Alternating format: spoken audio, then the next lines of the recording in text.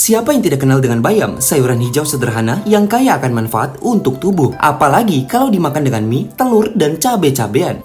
Rasanya celepot. Tapi apa kalian tahu, kalau bayam juga menyimpan bom waktu kimiawi yang bisa berbahaya bagi tubuh. Jadi bayam kaya akan nitrat yang berasal dari tanah, air, bahkan pupuk. Dan nitrat sendiri adalah sumber nitrogen utama bagi tanaman yang berguna untuk membentuk protein dan klorofil sehingga daun dan batang bisa tumbuh subur. Tapi masalah muncul ketika sayur bayam yang sudah masak dibiarkan di suhu ruang lebih dari 8 jam karena nitrat yang ada mulai menjelma menjadi nitrit. Kok bisa? Ya, jadi saat bayam terpapar udara, wadah makanan, atau kontak dengan lingkungan, maka bakteri seperti Bacillus, Clostridium, dan Enterobacter mulai aktif. Dan bakteri ini memiliki enzim yang bernama nitrat reduktase yang memungkinkan mereka menggunakan nitrat sebagai pengganti oksigen untuk bernafas. Dan hasilnya nitrat berubah menjadi nitrit. Dan nitrit bukan senyawa biasa karena begitu masuk ke tubuh, ia dapat bereaksi dengan hemoglobin, membentuk methemoglobin atau molekul yang tidak bisa membawa oksigen. Akibatnya, tubuh bisa kekurangan oksigen, terasa lemas, letih, atau bahkan memicu mual serta gangguan pencernaan. Dan lebih jauh lagi, nitrit dapat bereaksi membentuk nitrosamin, yaitu senyawa karsinogenik yang dapat meningkatkan resiko kanker jika dikonsumsi secara intens dan berulang. Dan perlu diingat, ini tidak hanya berlaku untuk bayam, karena hampir semua sayuran hijau gelap mengandung nitrat seperti sawi hijau, selada, bahkan kangkung. Jadi kesimpulannya, bayam dan sayuran hijau lainnya sangat sehat, tapi harus dikonsumsi segar atau disimpan dengan benar. Jangan biarkan lebih dari 8 jam di suhu ruang, karena nitrat bisa berubah menjadi nitrit dan efeknya bisa bikin kamu kecipirit.